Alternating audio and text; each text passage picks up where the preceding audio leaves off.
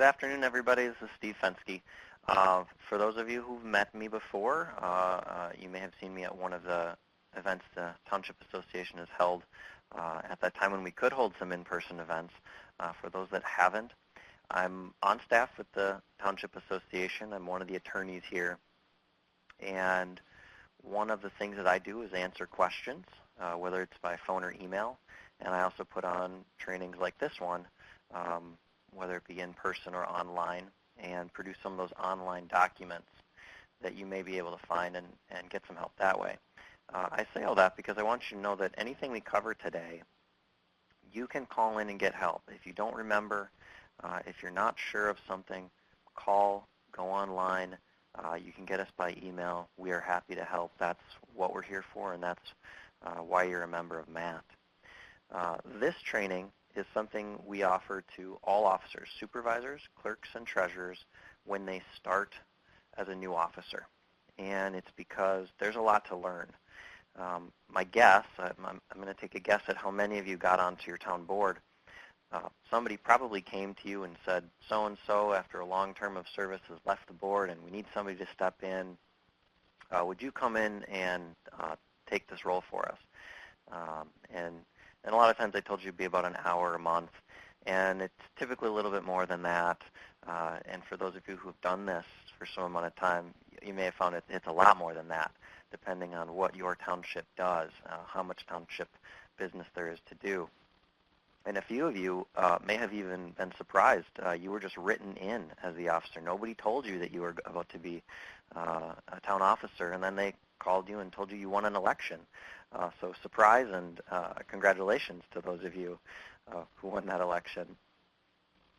The things we're going to talk about today all come down to public trust. And even though there's a lot of work involved here, I think you're going to find that this is a very rewarding experience. It's not a lot of glamour, but you will find that people in the township do come to know you. They come to rely on you for help. Sometimes you can help them as a town officer, sometimes you can't. But you, I think, will find a lot of value in your service. And that's why when you talk to other folks who are town officers, some of them have been on their boards for 40 years or more. They tend to do this and stick with it because it needs to be done. Some of the stuff we're going to talk about today is a little bit scary sounding. I'm going to talk about some crimes, civil liability, but I don't want anyone to be afraid of it. We're not trying to scare anyone. We're trying to make sure you know of some of the things out there. And once you know about them, you can stop and ask questions. Even if you're not entirely sure of the rule, you may have some memory that, hey, I'm supposed to know something about that. Don't do anything yet until I know what I'm supposed to do, and then you call in and get help. Okay. During the presentation, you can type in a question, and if I can, I'll try to answer it as we go. If not, I will try to get questions at the end. Okay. Feel free to ask what you need, and we'll try to get you good answers. Okay. So we'll get into the content here a little bit. First thing to understand is, where do you fit? Where do you fit in government? Okay, because there are several layers of government out there, and to folks who aren't in a township, they may not even know townships exist. It's in particular in Minnesota, it's an overlooked form of government. Okay, so here we have kind of junior high civics. We have what you learned years ago. How did we get government? Well, there was a group of people. They organized themselves into states. Eventually, they created a federal government. We don't really care about them much today. We're not going to bother with federal government. We do care, though, about local government, okay? And that's where you fit. And if you look at the bottom of the slide here, you see townships, cities, and counties, and they're all sitting next to each other. You notice the township is not situated under the county. It's because you're not lesser than the county or a city. You're a co-equal branch of local government. All three of them are what are considered general purpose governments, meaning they do a lot of different things for the good of their residents and citizens and landowners. Their powers are a little bit different depending on what they're supposed to do and the conditions that they face. So for example, cities have more powers that deal with urbanization and how do you handle higher densities and different land uses. Counties do different things. They provide more emergency services, at least the sheriff at that level. They provide health and human services roles that typically your cities and townships don't do. And townships, as you all know, you're in a more rural setting. And so your powers that we're going to talk about are geared towards providing services and help to people in those settings, okay? But what's important to take away here is that your township board is governed by itself and the voters. You don't answer to the county, to the city. There are places in law where you are going to have to work together, and it's good to have good relationships with those folks, okay? But it's also important to understand when your township has authority over something, or when maybe the county has authority over it, or when you share authority, okay?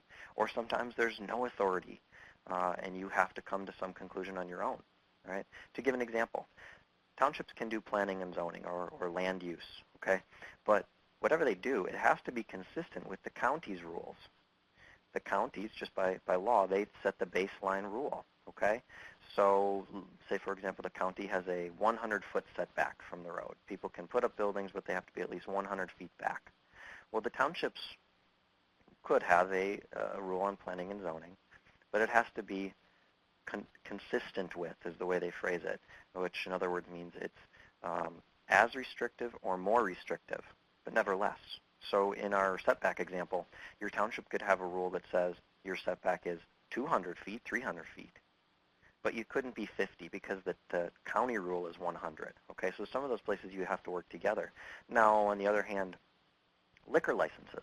Okay, a county for a business within the township, the county cannot just issue a liquor license because they have to get the permission of the township board before they could issue one.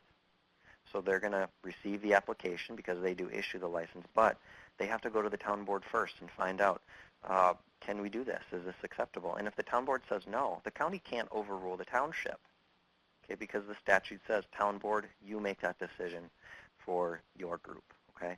Cities and townships, you interact differently.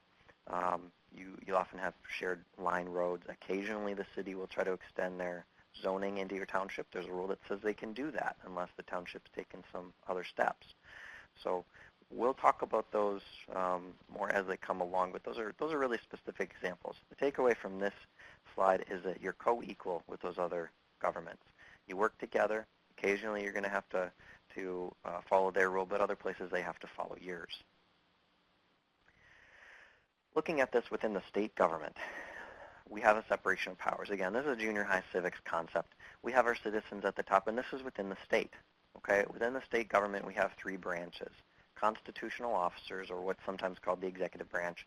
You've got your legislature, your legislative branch, and judicial. You'll notice that below legislature sits local government, and that's you. Townships are part of the legislative branch of the state government. This is important for a variety of reasons. Okay, you're lawmakers, you're policymakers. Okay, you're not just carrying something out. You do have some discretion. Well, if we look at the constitutional offices on the left, well, you have the governor there. You have state agencies that work under the governor, and then you have the statewide elected officials: attorney general, state auditor, secretary of state. They're all constitutional officers, and as you recall from civics, they carry out the laws made by the legislature. And they don't have typically as much discretion, okay? They're supposed to carry out what they're told to do. In practice, that sometimes doesn't work that way. But let's say the governor comes into your town meeting. You're holding your town board meeting. He comes into that meeting, and, well, it's a shock, right? Because the governor, who knew the governor was going to show up at the town meeting? And after saying hello, he says, hey, folks, I just rode in on the worst road in the state. There's so many potholes and washboarding on that road. I order you to get out there and clean up that road. Well, in that case, the township would thank the governor for his input, but remind him that because of separation of powers, he doesn't have control over the township. And it's the town board that has to decide how are they going to manage their resources, what are they going to do, and how are they going to take care of that road, okay? On the other hand here, we have the judicial branch, okay? The judicial branch decides cases and controversies. We bring problems to them, and what they do is typically resolve those differences we can't resolve on our own. They also interpret some statutes, Okay, so the legislature will make statutes. Sometimes they're not very clear at all. Sometimes they've left holes. Okay, for example, we're going to talk about the open meeting law in part 2 of this orientation.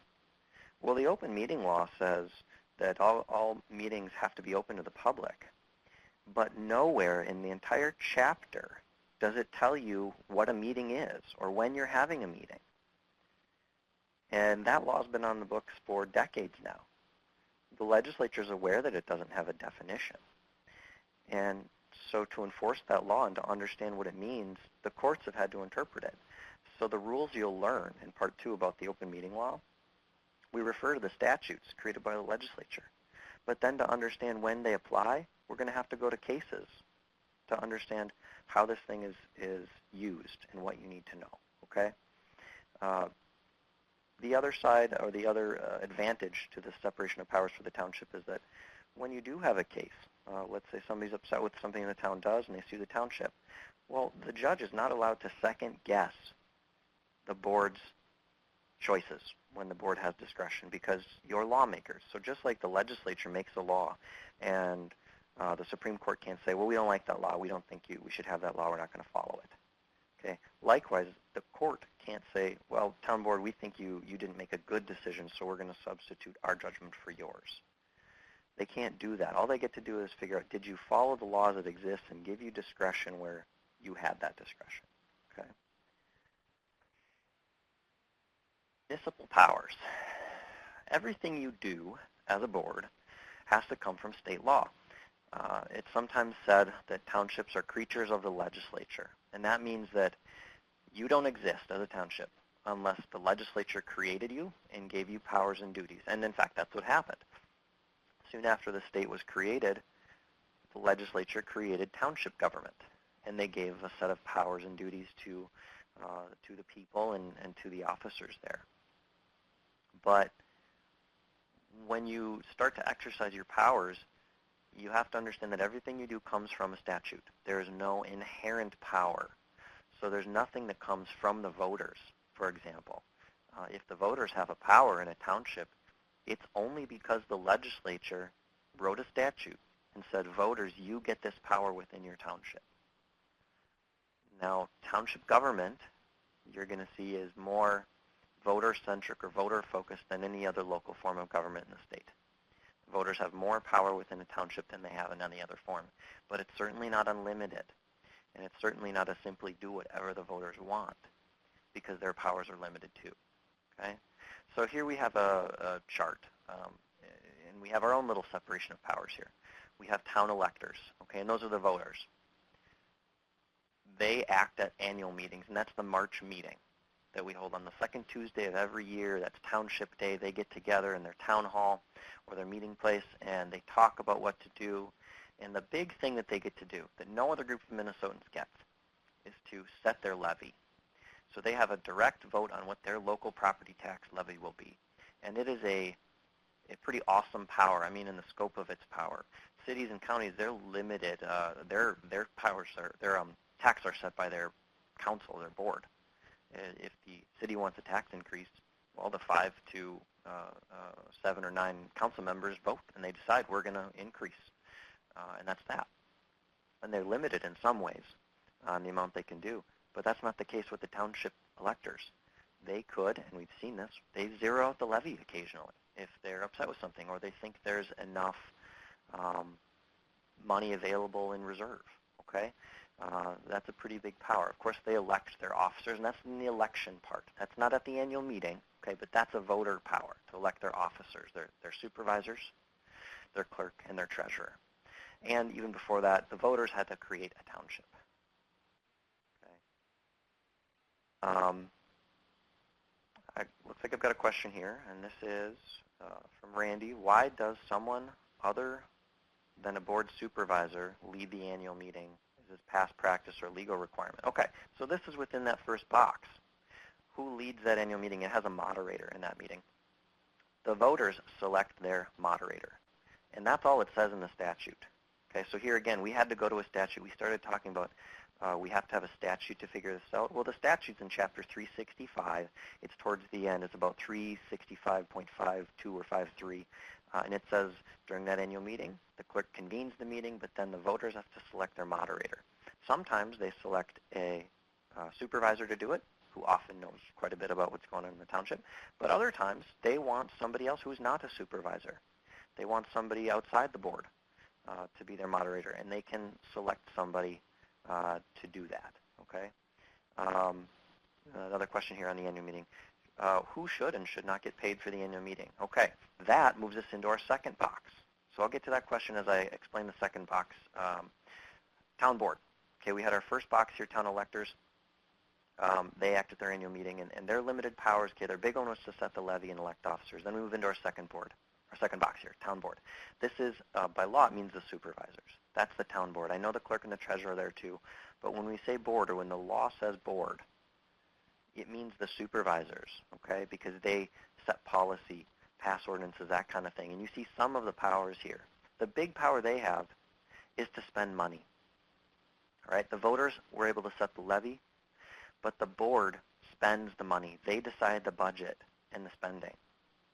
And even if the voters disagree, okay, the board is the only group that gets to spend. And if the voters don't like what's going on, they don't like the spending or the budget, well, they can prevail upon their elected officials to change, or they can change the elected officials at their elections. That's their remedy, okay?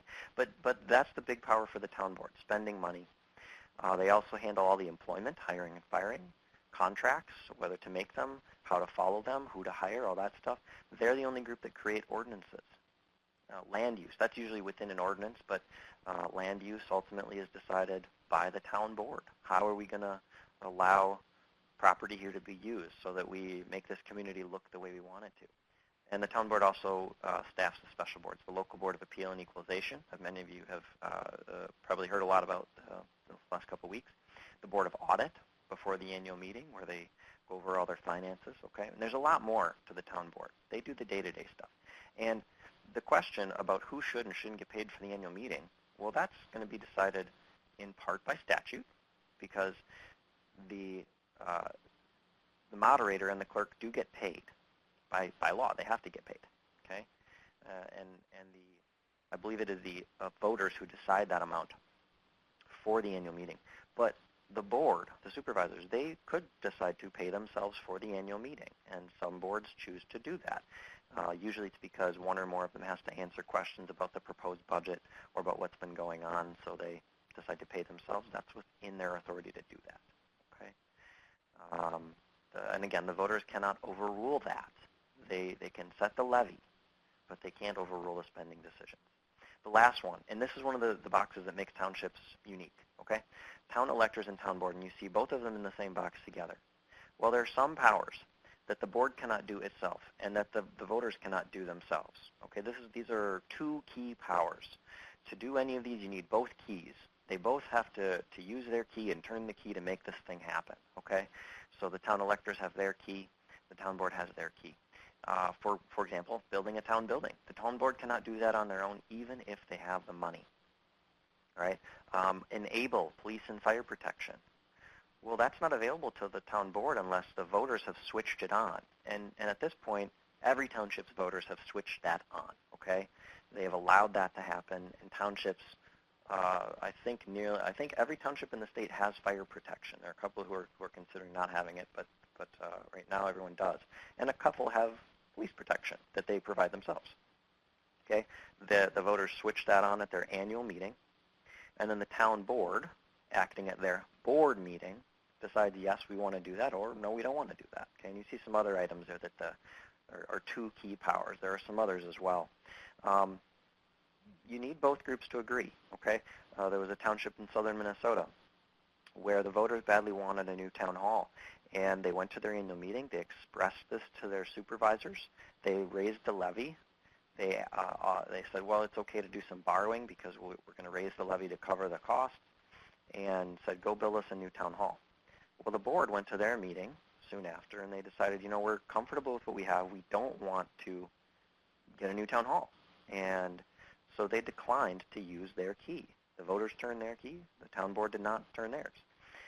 One voter was so upset, incensed at the idea that the supervisors would not do what the majority told them to do, that he sued his township. And this went to court, went before a judge, and the parties laid out their arguments, and in the end, the judge said, okay, the board is correct. They do not have to do this. They have some discretion. The voters, you turned your key, but the board decided not to. Voters, if you don't like this, convince them to change or elect new officers. That's your remedy. Okay? So courts uphold that. They do look at the statutes, and sometimes they're putting a check on what the board is doing. Other times they're putting a check on what the voters are trying to do. Okay? The folks in that township, they did eventually get their town hall. Mysteriously, soon after the court ruling, that town hall burned to the ground, and sadly, insurance paid for a new building. That's not the way it should happen. It should happen with these groups coming to some consensus or changing their elected officials if they need to. Okay? But it's important to understand the distinction between the town board and the electors, and that each of them is limited. Okay. Municipal powers, I've mentioned statutes. Okay, statutes, we're going to talk about this a lot. You may get tired of hearing about statutes, but it's because everything comes from these things, okay? So if you see a set of statutes, you go to a law library, you will notice that there are a couple dozen volumes of state law.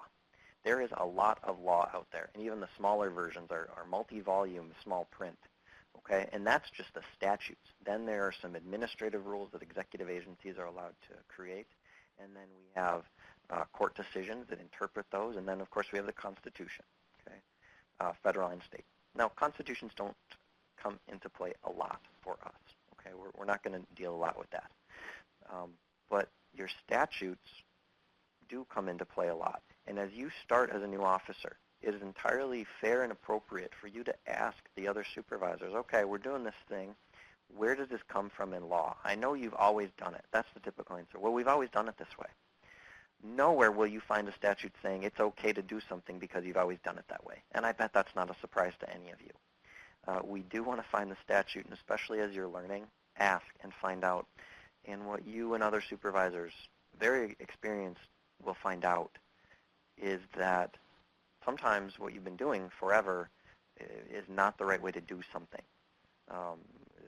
Maybe it's improper, maybe you're skipping a step, maybe it's outright not acceptable. And once you know that, you need to make the change, okay? You have to do something to fix it, okay? So those are our statutes. To make this easier, Matt has produced a law book that we gave away. We printed it 2-3 years ago, and we distributed it to every township. Every township got one copy. Somewhere around your township, there should be a 2017 or 18 volume of town laws. And these are the laws that we've curated for you. They're the most common to come up. Okay, you can look in there. There's an index of topics that's helpful to go find something in particular you need. You can use our online information library. There's about 110 documents in there right now. There's an index to tell you what's in there. Okay. Next time you come out to a math event, you can pick up one of our handbooks, which is a kind of a narrative version, an explanation of some common things that come up. They're $10. They're well worth the money to have a copy yourself, to understand what you have to do and how and what to look out for, okay? Or call us. Call us at Matt. You're going to have a town attorney. Maybe you call that person, but you find the right statute and then follow whatever it says to do, okay? And procedure is important. That's our second bullet point here. Procedure is as important as having the power. There's a statute that allows towns to create a new road or to get rid of it. It's the same statute, okay? But it's a process. You don't just go to a meeting and say, well, we're going to get rid of it or we're going to create it. No, it takes a petition by the voters or a choice by the board to create the road. Then you have to give notices out to the people who live within a certain distance. Then you have to hold a hearing within a certain time period, a public hearing, and then you have to make a decision. And there's a whole set of things to do here. If you skip a step, it's like you acted without the power in the first place. So it's important to understand all the steps and to follow each step. Don't take a shortcut because you won't get to where you want to be. It'll cost money. It'll cost time. It won't look good or feel good. Okay. follow those steps, and where they're complicated, like that road example I gave, sometimes we've given a example. We've given a checklist of here's what you do. So that road example, document TR4000A in the index or in the information library. That is a step-by-step. Here's how you go through to vacate, create, or modify your right-of-way if you're doing a formal road creation. Okay. Now that said, on a road creation, that's only one of several ways that a road can be created. Okay, we go back to these statutes. There's all kinds of things that can come up like this where you need to identify the statute. Okay, and once we find that box, if you will, that we're in this particular box, we have to follow that box and wherever it goes. Okay. Last, I mentioned that the board's big power was spending money. That's the big thing you guys do. Okay. You have to do this according to what's called the public purpose doctrine. And the public purpose doctrine you will not find in any statute. It is court-made law. There were incidents where local government officials spent money and people objected to it and said, hey, there's something wrong here, Judge. There's something wrong with what happened. And courts looked at it and they couldn't find a statute. But they looked and they said, yeah, you're right. There's something wrong here. And they created this public purpose doctrine. Okay? It has a couple of prongs to it here. In order to spend any township money, okay, which are considered public funds, you can do it only if you have a statute that authorizes the spending you're about to make, and it's for a public purpose. Okay? I'll take each of these in turn. Okay? First, authorized by statute. We got to find the law that says we can do something. We just mentioned that. But there's not a statute for everything that you're going to do. I mentioned a statute to create a road. But there's no statute anywhere saying you can buy gravel or you can pave a road. But of course you know you can. And it's because you've seen every road in the state is either graveled or paved. You've seen that the township or the counties or the cities own equipment. They own graders. They own snowplows. Well, it doesn't have a statute. It's what's called an implied power. So the express power was to create and maintain roads, and there's statutes right on that. We can point to them. But the implied power is to buy the things you need to create them, or to maintain them, or to regulate them. Those are often implied powers. Okay? Some of our materials talk about when you have implied powers. Sometimes you're going to know you have an authority to do something because you say it happens everywhere. Okay? But still ask, find out. Call us. You can call me. You can call our other attorney, call Christian Johannesson, and find out what do we need to do. Is this an explicit power? Is this an implied power? How are we able to do it? Okay? And anytime you have those common things, we're going to point to or be able to find it for you. Okay? So that's the first piece, the statute. Second, a public purpose. A public purpose is, and this is court language, such an activity as will serve as a benefit to the community as a body, and which at the same time is directly related to the function of government. So it has to be something that's a benefit to your community, which doesn't necessarily just mean your township's voters or landowners, okay? And it has to be related to your government. A lot of times this comes up in donations. Can we give to certain groups? Well, it depends on if there's a statute. And even if there is, does it make sense? Is there a benefit to your community?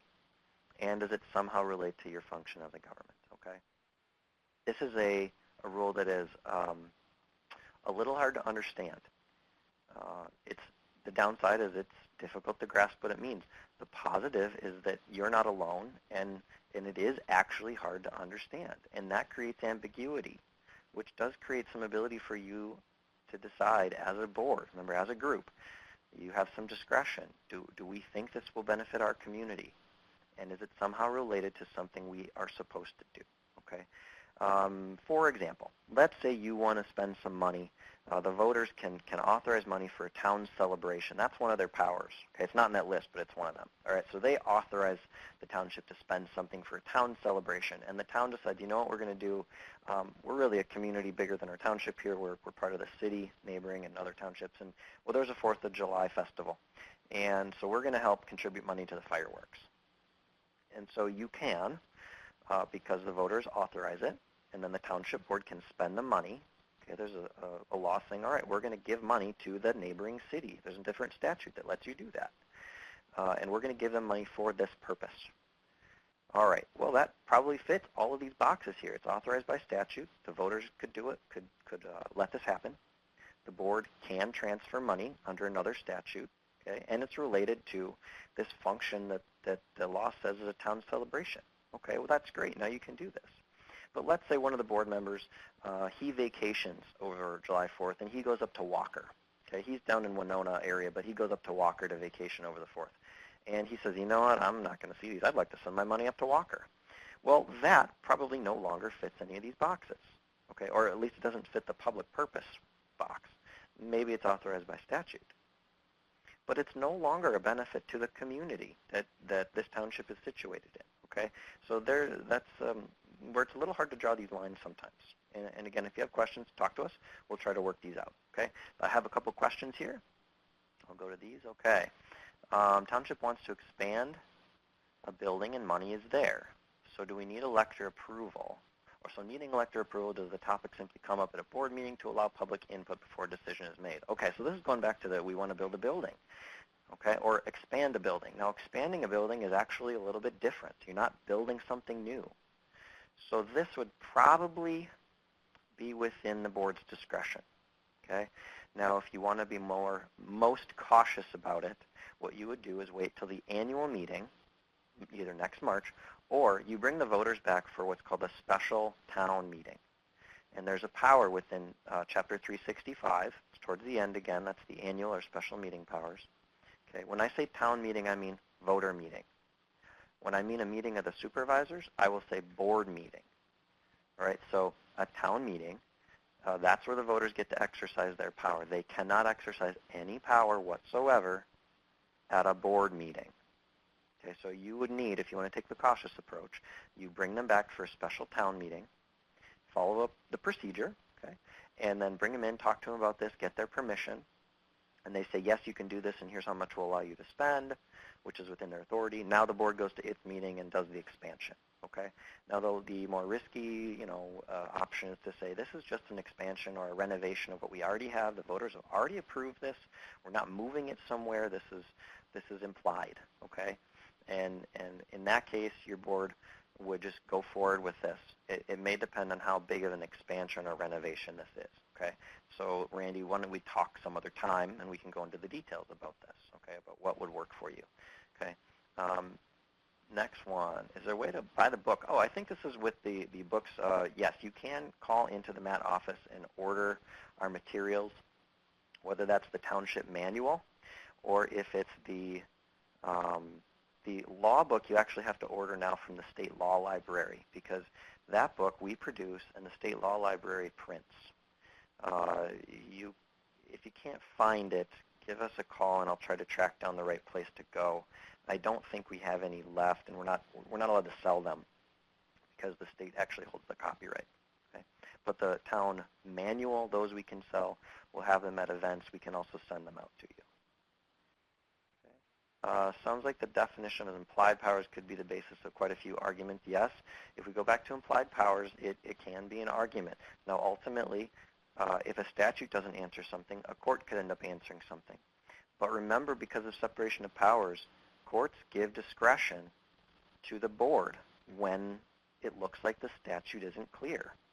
Okay? So you're going to have lots of authority, and voters don't always like that, and sometimes the minority voice on the board doesn't like that. But their remedy, their best remedy, is to be patient, and if they don't like something, try to change their officials' minds or try to change their elected officials. Okay? Now maybe all of you don't like hearing that idea that somebody's going to vote you out of office. Maybe some of you do this job and say, hey, I don't mind the vacation. It can be the basis of arguments. As far as lawsuits, we do administer the Township Association Insurance Trust, and this is not the basis of most of the lawsuits we see. So while it does get into arguments sometimes, for the most part, it's not something that elevates to a court level. Okay. Next one, can we purchase trees and plant them at the town hall in honor of a previous treasurer that recently passed away and have a plaque made. There is a power within Chapter 365.10, and there are two ways to go about this, okay? One is if it's a recognition of service, it needs to go through the voters. It's a little silly here because you can do the trees either way. The board can purchase trees for landscaping. It's property. It's the property owner. The town board acts as a property owner the same as you or I. Okay, so they could buy landscaping for whatever they want. If they're going to say it's in the nature of a memoriam or to celebrate some person, the right way to do it is instead to wait for the town meeting next March, or again, have a special town meeting and ask the voters to use this power in 365.10 to allow the board to do memoriams, or again, a celebration of service, recognition of service, I think is the one the statute uses. Okay, and then I think they set the amount they put a cap on the amount on that one, and then you'd have enough to do that. With many of these things, though, if voters won't do that and folks want to, remember, it's okay to spend your money. If you feel it's appropriate, it's usually not a lot of money to do a plaque. If people throw in some money, this is not a lot out of anyone's pocket, and frankly, you may feel a little better. You're not using public tax dollars to do it. You're using your own money. It may feel a little bit better for you. One more, and then I'll move to the next slide. Okay. The information in the books is online as well. Yes, it is. All the statutes are available on the Minnesota Revisers website, and that's just the office that manages statutes, and they usually draft them and then codify them. Okay, but if you just type in Minnesota statutes in a web browser or search engine, you'll get to the Revisers website. Then you can just punch in the number if you know it, or search by topic. There's a variety of ways to do that. Our manual is available in PDF on the library. Okay, you could get it that way if you want to. If you want the book form, it's a little bit easier, frankly, as far as having it in one place. And for those who don't want to use the computer each time, for those who want to search a keyword, you might be better off using a PDF at some times. Okay. Couple here. Okay. Can a town board buy land to expand the town gravel pit without having a special township meeting? Yes, a township can purchase property. The statute that gives voters power or some say in a town building, I don't believe says land, so I believe the property itself can be purchased by the board. The place we'd check is 365.10, and I believe it's subdivision 6. That's where we go to take a look. Okay. The slides on the web are not advancing. What we should be on, it should, a very small print number should be slide 6 on the bottom. Municipal powers is the slide we should be on. And Heidi, if you're having tech difficulties, Joseph can help you with that, because I would not be able to help you with this slide advancing. Okay. So here we go. Hey, Steve, I'd just like to say that the reason why it may appear the slides aren't advancing is because you've been on this slide for quite some time while you've been answering questions. Thank you. Okay. I have not advanced past slide 6 or item 6 here, bottom right. It's very small. If you can't see it, I would understand. Okay. We'll move on to the next one here. Okay. So powers of office. And we touched on this a little bit, but as an elected official, you're going to have these powers of office. We touched on the implied powers, and what does that mean? Well, it gets interpreted by courts. We've touched on this. This is going to be pretty quick here. Okay, the courts give meaning to these statutes. They tell us the holes, the gaps, and I mentioned the open meeting law example. Another example is something called the Marketable Title Act. Okay, this is a law that is so complex. It's a run-on sentence that goes, I want to say a couple hundred words. It's insanity. I don't know how or why they drafted this or who thought it would make sense, but it doesn't make sense to lawyers. And we're paid to figure these things out, okay? Well, I don't sit there and try to parse something like that because it's too difficult. Instead, what I do is I go to court cases that have interpreted it. And I pull out, okay, here's what the courts say it means, because that's where everybody's looking. Okay, so sometimes we do go to those. And in those cases, we do update you. For example, you'll get the Township Insider magazine. It's a 5-issue-a-year magazine. And we do try to provide notices of timely topics. Okay, here's what changed this year. if it's a new law, if it's a statute, or something the courts did. We'll talk sometimes about some of those rules at the district meetings that we hold in August. Okay, so we do try to update you on those changes with the courts do something and interpret something. Sometimes we disagree with what their interpretation was, and then often we end up trying to lobby to change something. Okay, last piece here. It is terribly important that you make a good record, especially if something is going to be controversial. Okay, your minutes typically are your record. Your minutes, your resolution, sometimes it's your ordinance. Typically it's one of those first two. Okay, part 3 we'll talk about the differences of those things. But your record is very important because it's not only important that you exercise a power and make a decision. Courts care about how you got to the decision. All right, so let's say you want to create the road, and you go through that whole road process I talked about. And one of the last steps is to award damages because you're taking private property for government purpose. Okay, so constitutionally that's a taking. They're entitled to due process, all that stuff you had to go through, all those steps, and compensation. Okay, well, let's say the board just set a compensation amount, but it didn't say anything else about how it got to that conclusion. Okay, well, a landowner whose land is taken may say, no way, my land was worth a lot more than that, and they can challenge it. And it'll go to court, and the courts typically look at your written record. They're not going to come in and ask you, hey, what did you mean by this? Because now you get to make it up as you go. What they want is, what did you put in writing at the time you did this? And that's your record, okay? They want to know, did you make this decision with reasons, or did you flip a coin to get to this, okay? And if it looks like you flipped a coin, they're going to use the magic language. That was arbitrary and capricious. In other words, we can't tell how you got here. Do it again, okay? Hopefully they let us do it again. Occasionally they step in and try to Bigfoot the township, but usually they should send it back and say, okay, you had this power. You could get to an ending point, but we don't know how you got there. Try again. Okay. All right. Next slide. Now we should be on slide 8, holding public office. Okay. Now all of you are new or relatively new, or maybe you're doing review, okay? It still matters here because holding public office is a public trust.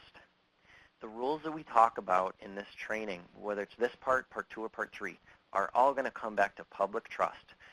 People have a bit of a suspicion of government, a suspicion of people exercising authority and power, okay? And the laws we talk about now are designed to keep people within boundaries and keep trust in government. That's what's really paramount here. It's one thing to disagree with people making decisions. It's another thing to have good reason to not trust them, okay? Those are two very different scenarios, and we want to maintain that trust in government, okay?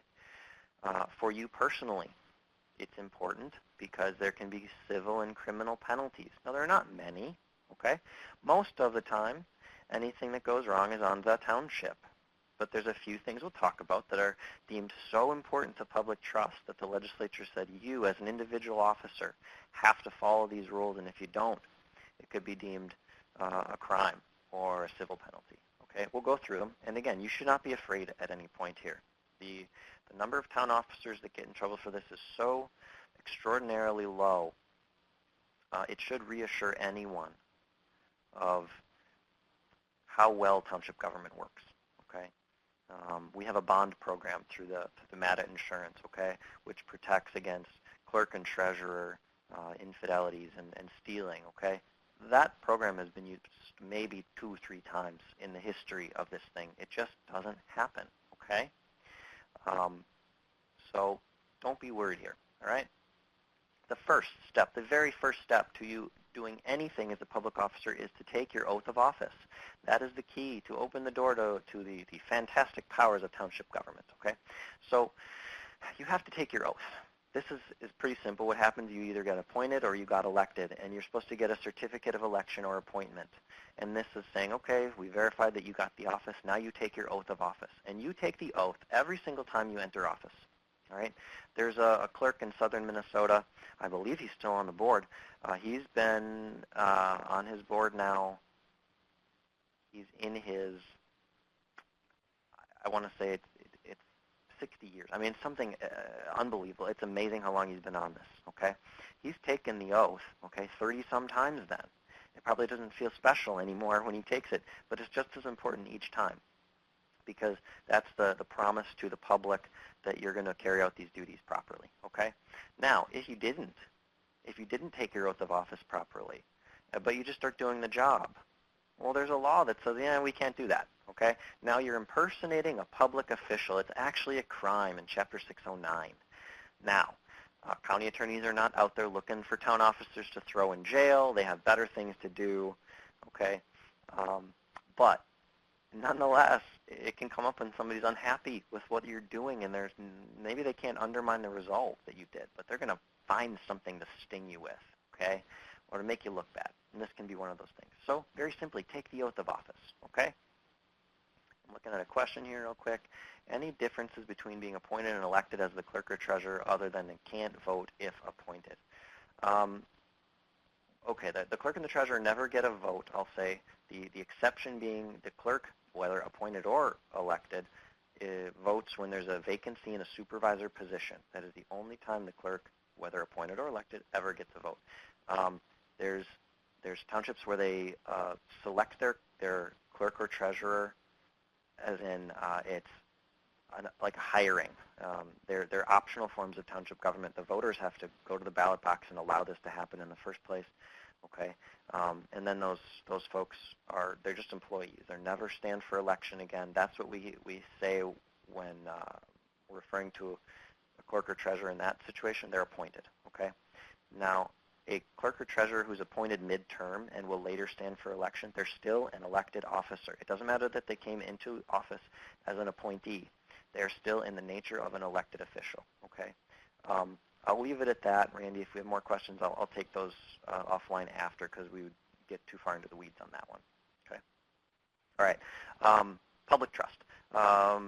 Last bullet point here, two topics, okay? For example, one of them that maintains public trust is preventing you as an officer from holding positions that don't work together, okay? They're called incompatible positions.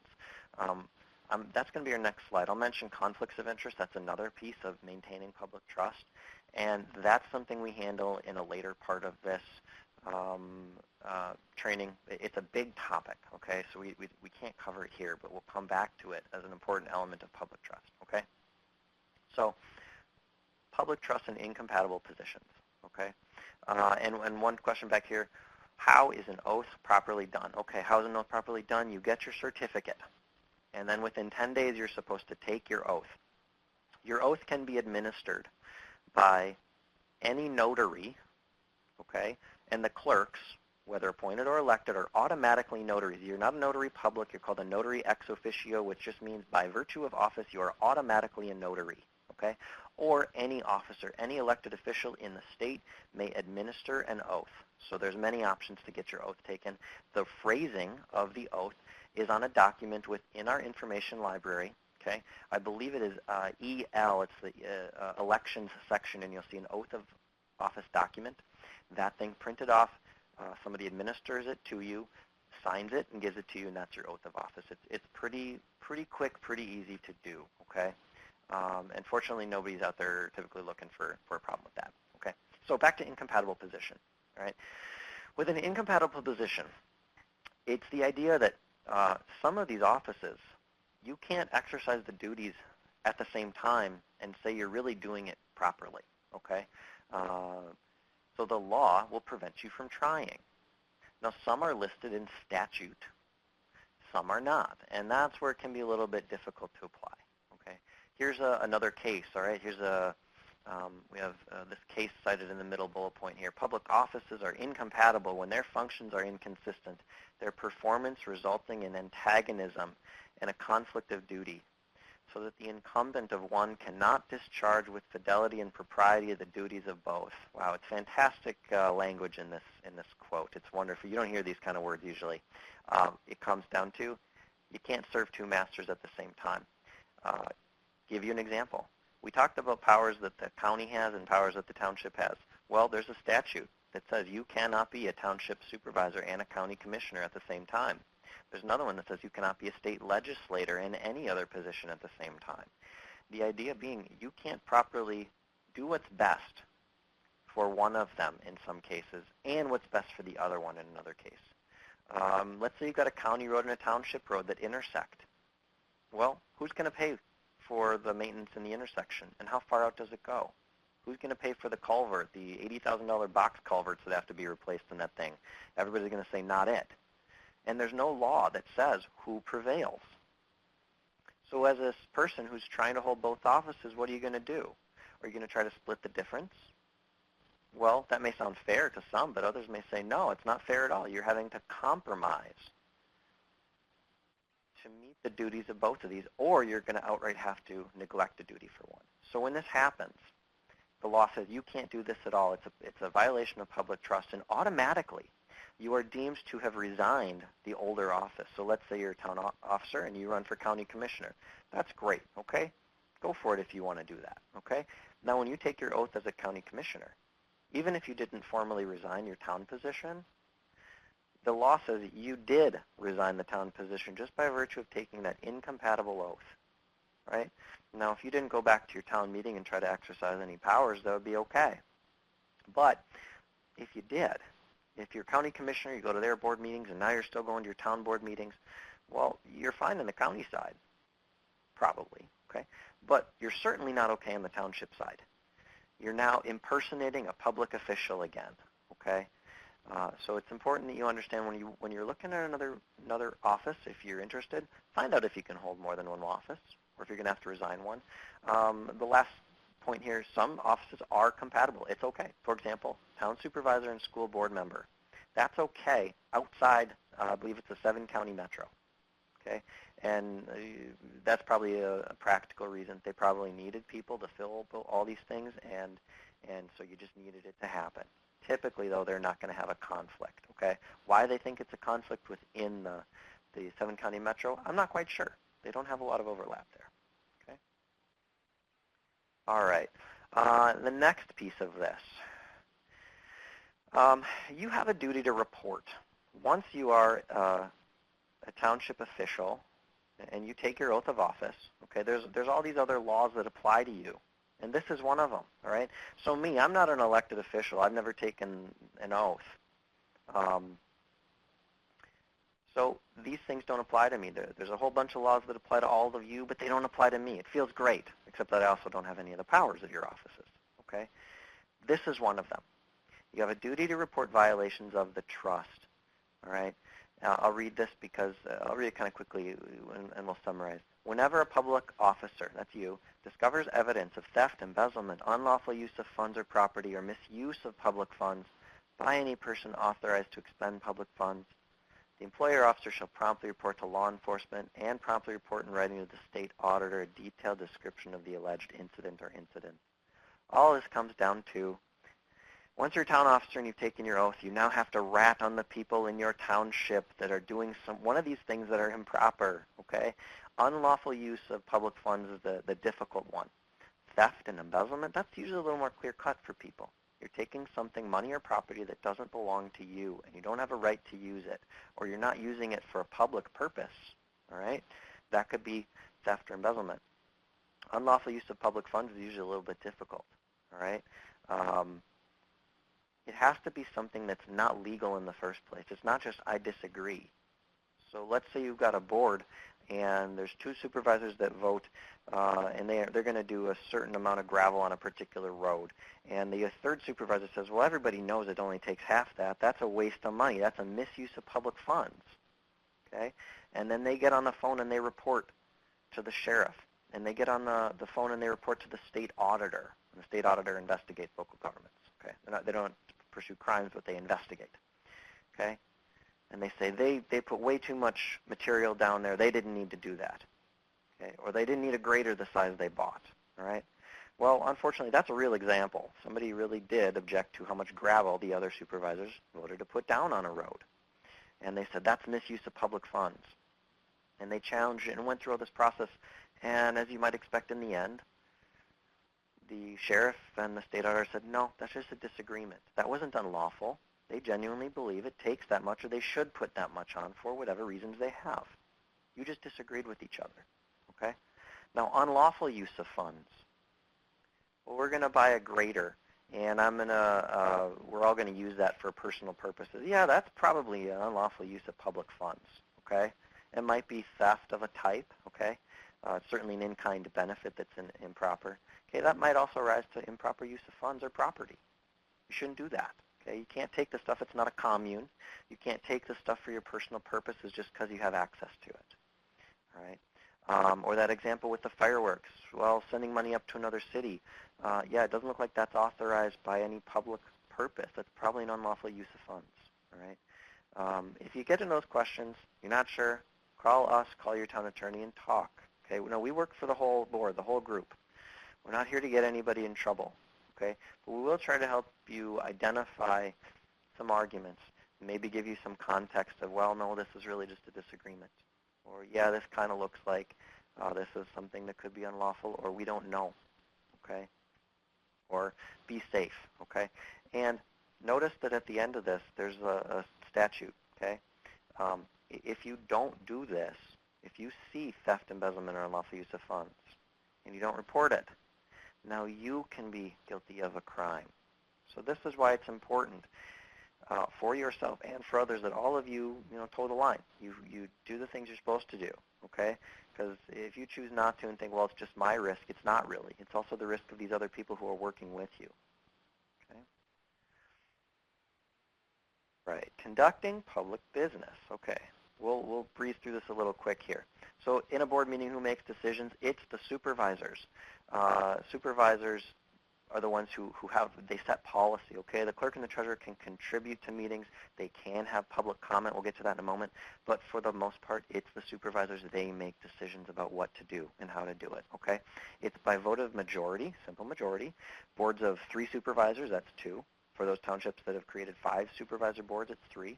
Occasionally, you'll find a statute that requires a supermajority, either unanimous, or sometimes it says a 2/3, which for boards of 3, obviously, you're fine with 2. But if you have a board of 5, it means 4, okay? You may end up being a supermajority, okay? So those are rare, though. You won't run into them very often, okay? Parliamentary procedure within your meeting. And we're talking about a town board meeting. I am not talking about the town meeting of the voters, the annual meeting, okay? The board meeting. 2 very different things. In that annual meeting, they do kind of whatever they want, all right? But in a board meeting, well, you guys as supervisors, or your supervisors, decide how they're going to operate. They could have parliamentary procedure rules, like Robert's Rules, all right? Now, I'll ask you to think, have you ever seen a copy of Robert's Rules? Have you ever been so unfortunate that you had to dig through an actual copy of Robert's Rules? Because that book is like 400 pages. There are some rules that are applying to smaller groups sometimes, and there's exceptions to exceptions. Most of the time, you don't need anything like that. And we recommend you do not adopt any particular set of rules, because then you're supposed to have them, and you're supposed to follow them. And if you don't, maybe what you did in the end ends up being considered arbitrary, okay? So please be cautious with what you do, okay? You can use kindergarten rules, okay? That's all you need with a board of 3 or 5. Don't interrupt each other. Be kind. Share. Don't hit, okay? Occasionally that has happened. But that's really all you need for this, okay? Now, clerk will typically maintain the minutes, okay? It's not required of the clerk. It's not actually a statutory duty that the clerk take your minutes. Clerks usually do it out of convenience, okay? So supervisors, take notice of that they're doing this for you. Be very kind to them. Compensate them fairly for that, okay? Because they could decide, yeah, I'm not doing that anymore, okay? Help them. Take ownership, because those minutes protect the board, right? They're the board minutes. All right. Public comment is not required during a meeting. It is common. You can do it. If you're going to do it, you should have rules, okay? You maybe have the comment time before or after the meeting. Set a time limit. First come, first served. To the first 10 people who show up, you get 3 minutes, okay? That's pretty common, something like that. You can't have rules based on viewpoint, okay?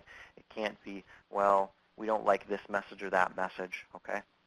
The board does not have to respond to any comment. You could choose to, but you don't have to. Whatever rules you have, you apply them uniformly. Okay, that's during a board meeting. That's your meeting as a board. A public hearing is different. Public hearings are sometimes required by law, I should add sometimes, I'm sorry. This should say sometimes by law, okay? Like that road hearing, or if you're going to do bonding, or you're going to do certain land use ordinances, you have to have a public hearing. Now the public does have a right to speak, and you have to give them maybe more than 3 minutes, okay? But it's not like you have to say, okay, the first 10 to sign up, and will 8 of them cede their 10 minutes to their first person. No, it's per person, okay? You still have some control over that. You don't have to take every comment if the meeting is running too late, okay? You give a reasonable amount of time for different viewpoints to be heard. And at a certain point, every viewpoint has been heard, okay? If it's governed by statute, you follow that and you give the hearing, okay? Town offices, this is a grossly oversimplified version of the different offices, all right? There's so much more to what they do here, all right? But the idea is you stay in your lane, especially if they're all elected. Remember, the clerk and the treasurer, when they're elected, they do not work for the supervisors. They're not employees of the board. They work for the voters the same as the supervisors do, so work together, okay? And when somebody's taking on extra duties, let them know that you appreciate them, thank them, pay them, compensate them.